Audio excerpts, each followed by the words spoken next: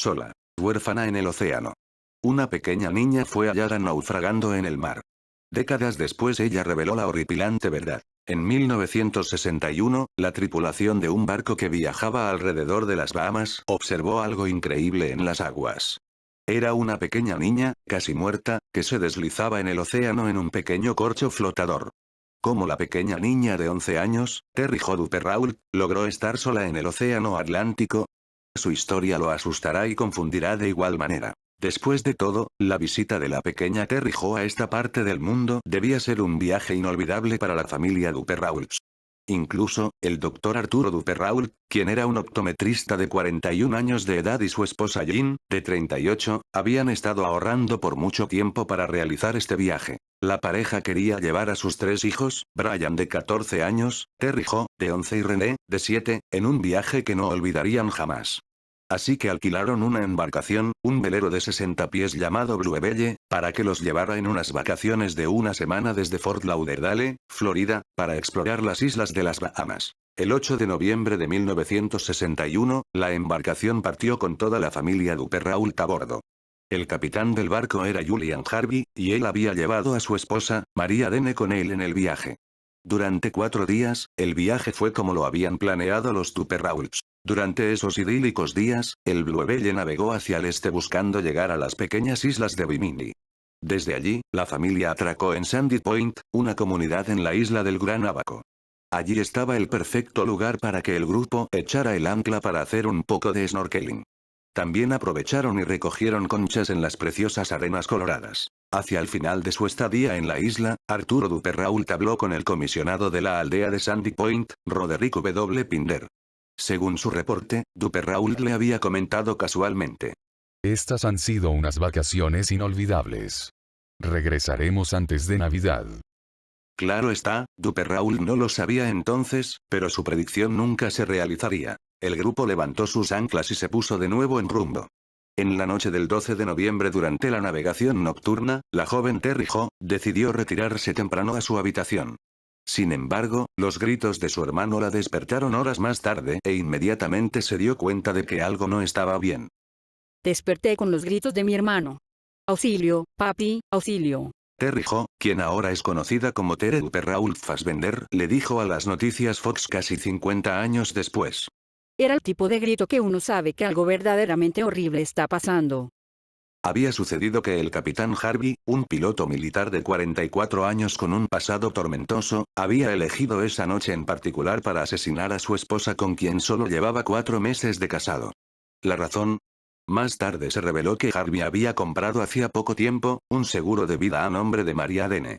Aparentemente pensaba arrojar el cuerpo de Dene fuera de la borda y reportarla como perdida en el mar. Curiosamente, no era la primera vez que Harvey había perdido brutalmente a una esposa. Es más tarde fue posible descubrir que Harvey había realizado un extraordinario escape después de un choque automovilístico que había tomado la vida de una de sus 5 previas esposas. Incluso había recibido pagos bastante grandes de un seguro después de que su yate y su lancha se habían hundido. Sin embargo, durante este nuevo truco, las cosas no fueron según lo planeado. El doctor Duperrault presuntamente observó cuando Harvey atacó a Dene e intervino, solo logrando que Harvey lo asesinara, quien, desesperado por remover cualquier otros posibles testigos de su crimen, según lo reportado, asesinó al resto de la familia Duperrault, que habían estado despiertos durante el altercado. Solo quedaba Terry Jo, quien estaba durmiendo abajo en su cabina. Cuando ella subió minutos más tarde, según lo que dijo Terry Jo, encontró a su madre y hermano en una piscina de sangre que había en el suelo de la cabina. Asumiendo que ellos estaban muertos, ella subió a la cubierta a preguntarle al capitán sobre lo que estaba sucediendo.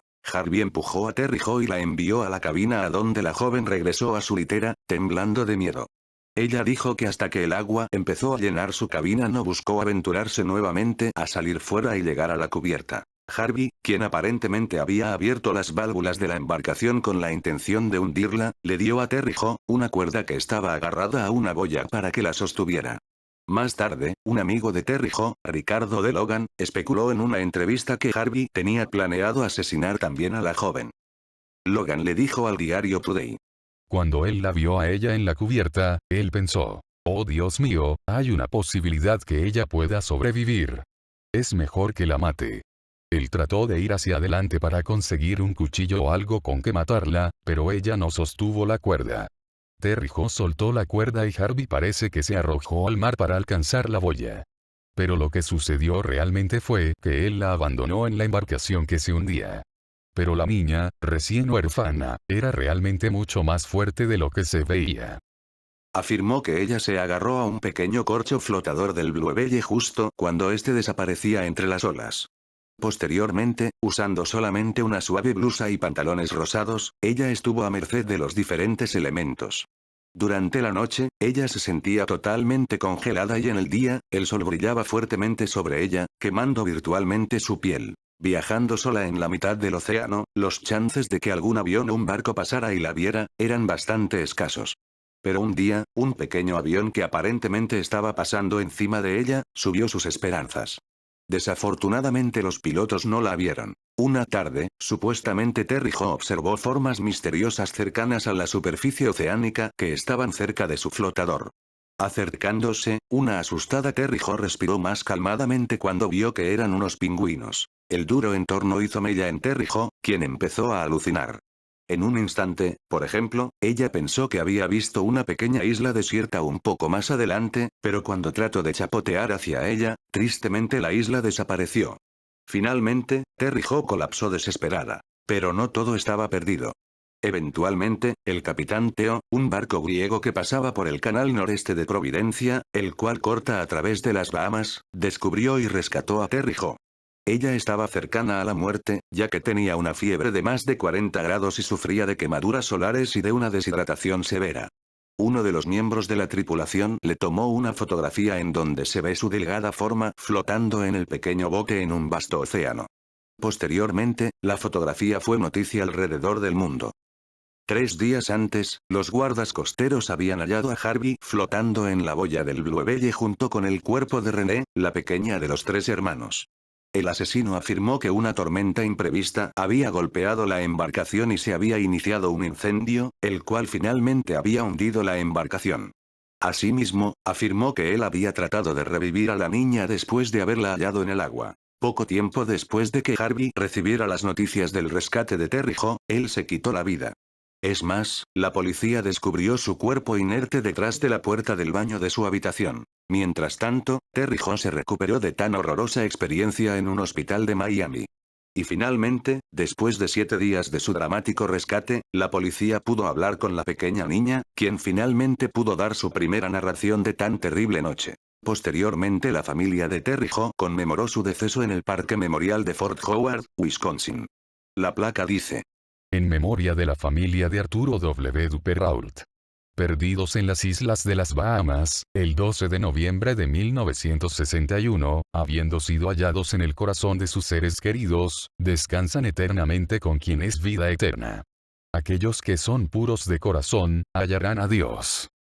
La vida continuó para Terry Jo. Después de haber sido dada de alta del hospital, ella regresó a Green Bay, Wisconsin a vivir con su tía y sus 3 hijos. No habló sobre los dramáticos eventos que ocurrieron en noviembre de 1961 durante los siguientes 20 años. En la década de los 80, ella comenzó a abrirse a unos pocos amigos cercanos sobre lo que había experimentado. Eso la llevó a buscar cuidados psiquiátricos y a escribir un libro conjuntamente con Logan, el cual se llamó Sola, huérfana en el océano. En él, ella expone sus experiencias detalladamente. Terry Jo finalmente publicó el libro en mayo del 2010, casi 50 años después de haber pasado por esa experiencia. Durante las firmas del libro, personas del pasado de Terry Jo aparecieron. Durante una entrevista con 48 horas, afirmó: Tuvimos una firma del libro la semana pasada en el cual aparecieron algunos de mis profesores de hace 49 años atrás, solo para ver si yo estaba bien después de tantos años. Ellos afirmaron sentirse mal por no haber estado allí para hablarme y ayudarme. En aquel momento le habían dicho que era mejor que pretendieran que nada había pasado. Aprendí a vivir manteniéndome quieta. También afirmó sobre la experiencia que debió vivir durante su infancia en una entrevista realizada por Today News. Nunca estuve asustada. Yo era una niña que le gustaba estar al aire libre y no le temía al agua. Tenía una fe muy fuerte. Yo creía en Dios y le recé para que me ayudara y yo simplemente me dejé ir con la marea. Terry Jo todavía trabaja actualmente alrededor del agua. También ha acreditado el libro como la culminación de su proceso curativo. Incluso, ella espera que pueda ayudar a otros que buscan solventar incidentes trágicos que hayan sufrido en sus propias vidas. Yo siempre he creído que fui salvada por una razón, pero me tomó casi 50 años lograr conseguir la fuerza para darle esperanza a otras personas con mi historia.